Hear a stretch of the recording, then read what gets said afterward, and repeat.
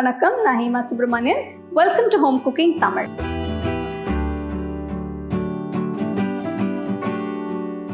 Stuffed egg bonda இது எப்படி செய்யறதுன்னு பார்க்கலாம்.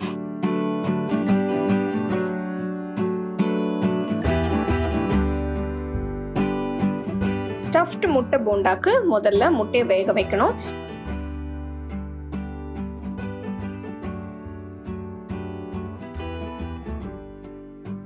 முட்டை ஆறின பிறகு உரிச்சு வச்சிருங்க.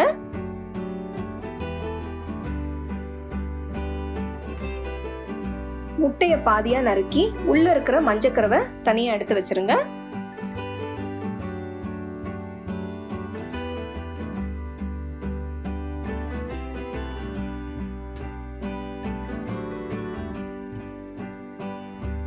ஃபில்லிங் செய்யறதுக்கு ஒரு பேன்ல 2 டீஸ்பூன் எண்ணெயை விட்டு அதுல ஒரு வெங்காயம் பொடியா நறுக்கினது, ஒரு பச்சை மிளகா பொடியா நறுக்கினது இதையும் சேர்த்து நல்லா வதக்கணும்.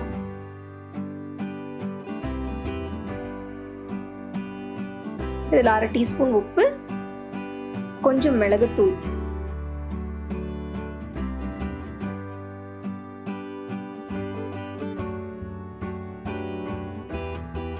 அடுத்தது மஞ்சக்கருவு இதையும் சேர்த்து நல்லா மிக்ஸ் பண்ணணும்.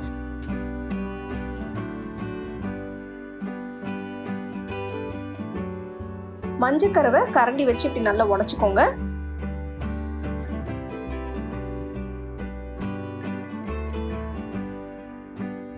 உடைச்ச பிறகு நல்லா மிக்ஸ் பண்ணிட்டு கடைசியில பொடியா நறுக்கின கொத்தமல்லியும் சேர்த்து நல்லா மிக்ஸ் பண்ணி எடுத்து வச்சிருங்க.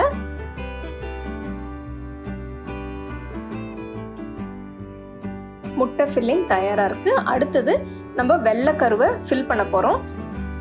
இதுக்கு செஞ்சு வச்ச ஃபில்லிங்கை வெள்ளைக்கருவுல கொஞ்சமா எடுத்து வச்சு நல்லா அமுக்கி வச்சிருங்க.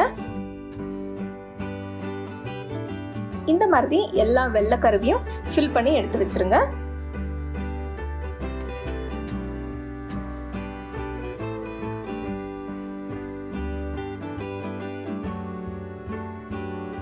இப்போ மாவு கரைக்க போறோம். இதுக்கு 3/4 கப்பு கடலை மாவு, 2 டேபிள் ஸ்பூன் அரிசி மாவு, 1/2 டீஸ்பூன் உப்பு, 1 டீஸ்பூன் மிளகாய் தூள், 1/4 டீஸ்பூன் ஓமம். ஓமம் இல்லைன்னா நீங்க ஜீரகம் போட்டுக்கலாம். போட்டு எல்லாம் மிக்ஸ் பண்ணிடுங்க.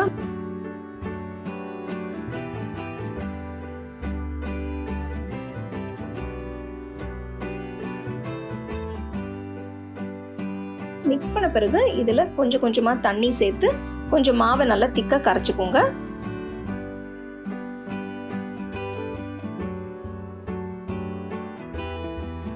மாவு நல்லா திக்கா மிக்ஸ் பண்ணி வச்சிருக்கேன்.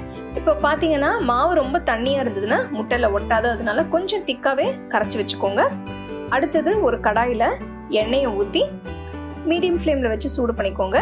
எண்ணெய் சூடான உடனே ஃபில் பண்ணி வச்ச வெள்ளைக்கருவை மாவுல முக்கி எல்லா பக்கமும் நல்லா கோட்டான பிறகு எடுத்து மெதுவா எண்ணெயில போட்டுருங்க. முட்டையை பொரிக்கும் போது கொஞ்சம் எண்ணெய் தெளிக்கும், அதனால பார்த்து ரொம்ப ஜாக்கிரதையா இதை செய்யணும். முட்டை எல்லா பக்கமும் நல்லா ஃப்ரை ஆகணும். நல்ல ஒரு பொன்னிறம் வர வரைக்கும் ஃப்ரை பண்ணி எண்ணெயில இருந்து எடுத்துருங்க. இந்த மாதிரி ஃபில் பண்ண வெள்ளைக்கருவை எல்லாமே மாவுல முக்கி பொரிச்சு எடுத்து சூடா சர்வ் பண்ணுங்க. இது நீங்க கெச்சப், மேயோனேஸ் இல்லைன்னா ஏதாவது சட்னி வச்சு கூட தொட்டு சாப்பிடலாம். ரொம்ப டேஸ்டா இருக்கும்.